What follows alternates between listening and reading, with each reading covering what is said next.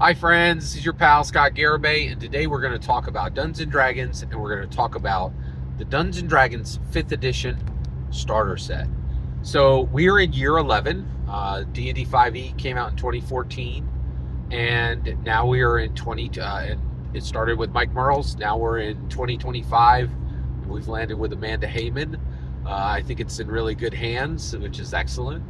And so we have 11 years of Dungeons & Dragons 5e, and we have 7 starter sets, right? So I remember them with a mnemonic. So DEP and MSBW.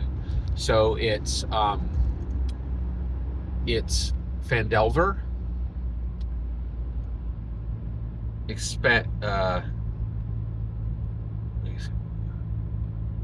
Essentials, Fandelver Essentials, Demigorgon, Morty, Stormwreck, and Heroes of the Borderland, and that Borderland and Welcome, right? So that's the Lost Mines of Fandelver, the D&D Essentials kit, the Stranger Things Thessala Hydra box set, the Rick and Morty box set, and then the Dragons of Stormwreck Isle, and then Heroes on the Borderland, and finally Welcome to the Hellfire Club. Okay, and so in 11 years we got 7 starter sets. Okay, now actually I did a ranking of all of them. I think I was kind of harsh on 2 of them, but I really do like, yeah. So I gave my opinion on all of them, right? 5 of them I love, 2 of them I have issues with. But one of the things but I don't think that's the only thing that Hasbro is getting wrong on the starter set. So one, I actually think Hasbro has an incredibly difficult job, and that is running Dungeons & Dragons. And everybody on the internet wants to tell you that's a super easy job. But I think if we learned anything in 2025, we have learned that globally distributing, designing, writing, printing, and globally distributing a tabletop role-playing game is not for the faint of heart, right? And I think Kickstarter had us believing for a little while, all of this is easy. Global supply chains are nothing. You don't need to control your print runs, whatever, right? And I think all of that has gone out the wayside. It is incredibly difficult to print, right? It's incredibly difficult to distribute, okay? And so first and foremost, before I go any further, Hasbro has printed 7 box sets in 11 years. That's incredible. That is incredible. And as a Dungeons & Dragons dungeon master, and as a Dungeons & Dragons dragon master, I'm extremely happy that those products have been available, right? I would have made changes, but the reality is I don't think anybody should be pretending anymore that making a tabletop role-playing game is even remotely easy. It is outrageously difficult. Designing is difficult, writing is difficult, printing is even more difficult, and distributing is even more difficult. It's just extremely difficult. But I have a better plan for the starter sets. So first of all, I am very happy. Like we had a decade of 5e, and we got 7 books, right? We got 7 starter sets, not books. That's important. They're not books. They're starter sets, and they're fundamentally different. Okay, and so, but one of the problems we had was the distribution was extremely lumpy. We got 1 in 2014. We got 3 in 2019. We got 1 in 2022. And now we're getting 2 in 2025. Okay. So, was it really helpful to have 3 starter sets drop in 1 year? No, it really wasn't. Is it going to be helpful to have 2 starter sets dropping within, this isn't a joke. We're getting a starter set in September, and we're getting a starter set in October. That is not helpful. That is not even if you bought Borderlands, Welcome to Hellfire drops a month later, right? You haven't even had time. So the distribution right now is problematic from a time distribution perspective, okay? So what is a better model? How should Hasbro print Dungeons and Dragons starter sets, okay? Well, I have a better plan. All right, here we go. So, and Hasbro, you're welcome to steal this. All right, okay, here we go. They should print a starter set every 18 months, every year and a half. Okay, now let me explain what that would look like. You would, like, let's say right now, if they were to start in 2026, okay, they would start in January of 2026, and then they would go through all of 2026, and then go to June of 2027. They would print one in January of 2026. They would then go all the way to June of 2027, and then all of 2027 would go by, and then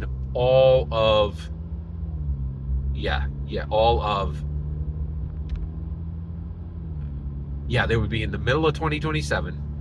All of 2027 would complete, and then all of 2028 would complete. So it would be 3 years, 3 calendar years, and we would get 3 books. Okay. All right. So yeah, it would be 2026, 2027, and 2028. 3 starter sets. 3 starter sets every 18 months. Okay. So within that 3-year period, you could buy 3. Okay. Now what's interesting is that's actually the same distribution as what we just got. We had 11 years. We got 7 books. Right. That's a good. And so if you is that right? No, it would have been higher. Because if you started in 2020 and you went 9 years, you'd have 9. No. You'd go 2020, 2021, 2022, 2021, 2023, right? Yeah. So I think you would actually be printing at a faster rate, slightly faster. But here's the kicker.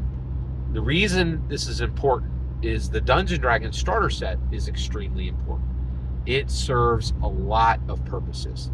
One, it makes a cheap on-ramp to the game, right? $150 for 3 core rule books, that's not even remotely cheap, right? And that $150 does not include, right, any kind of spell cards or any kind of maps, or, well, I guess you would get 3 maps. No, the starter sets don't have maps. Wow, okay. Yeah, that's, wait, did the DMG have the Greyhawk map in it? I think it might have, right? Yeah, so, and then that doesn't even include any dice, right? Whereas the starter sets really are an incredibly, like, economically efficient way to get D&D into people's hands. And because Hasbro is at scale, right? It's not just some garage band company pretending to be able to print and distribute. Some of these starter sets get massively reduced, right? And like I bought the Essentials kit for $8. I bought 10 copies of it when I found that. Right? Like no OSR or any company could ever do that, right? And that's one thing we just don't talk enough about, right? Hasbro's terrible. There's achievements that they have that other companies literally can't even spell. Like, it's just they don't have any bandwidth to even imagine some of the achievements. And some of the achievements, like Dungeons & Dragons is so wild. Its failures would be achievements for OSRs and indies. I remember one of the biggest ones was like, oh boy, those guys at Hasbro, boy, they sure don't know what they're doing. Look at all those D&D action figures selling for $3 at Ollie's. Look at those D&D terrain kits and the monster, and the monster kits just selling. And what's interesting is all that stuff hit Ollie's stores, right? But then it blew out, right? And I'm seeing the same stuff. I'm not kidding.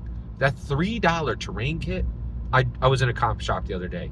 They bought it off of Ollie's shelves. They're selling it for $60 now. It's on the shelf, right? And they'll sell it because somebody will come in who doesn't know, who doesn't know D&D history. They'll be like, oh yeah, great, whatever. That's the retail price. It's wild. Like it is astonishing. And I bought both those products that sold for $3 at Ollie's for $60 each, right? But the thing is, and the OSRs and the indies are laughing, but the reality is, you haven't made it until you have Ollie sales, right? Like the reality, I think this is the part we don't understand, is the OSRs and indies don't understand. You want to have those kind of failures, right? Like you want your stuff, you want overflow. In order to get into Ollie's, you have to have overflow, right? And you only get that when you have massive successes and massive failures, right? You don't learn to ski black diamonds without taking some falls, right?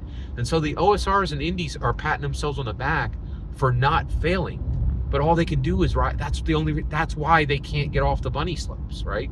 Because they never take a fall, right? And so it's really fascinating.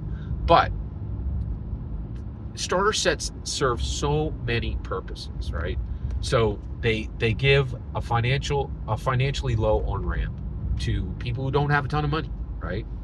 They also serve as a lighter version of the game, right? They give somebody a chance to read 64 pages rather than 1,150 pages, right? They also serve as a way for the game to be gifted, right, to people who haven't tried it. They also serve as a way for someone to discover the game and jump in who's new. So that's 4 distinct purposes, right? And I think what would really be awesome is if we did switch to this model of an 18 months, right? 18 months. You have 18 months to design, write, print, and distribute. And if you were dropping a new starter set every 18 months, you could do they could be the starter sets could be timed to purpose rather than desperation, right? I think, the 2014 product had to come out because it was a new edition, right? The 2 that we're getting right now, they had to come out because we got the 2024 core rules, right? And then and also and it would allow them to time for intellectual property releases.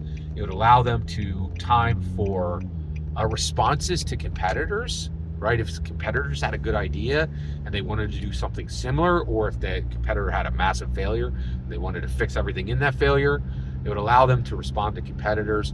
It would also allow them to time to the moment, to the vibe of our culture, right? So rather than, these, so one, they did a great job. We had 11 years, we got seven starter sets. That's good, right? I would like to up that, right? And bring out more starter sets, right?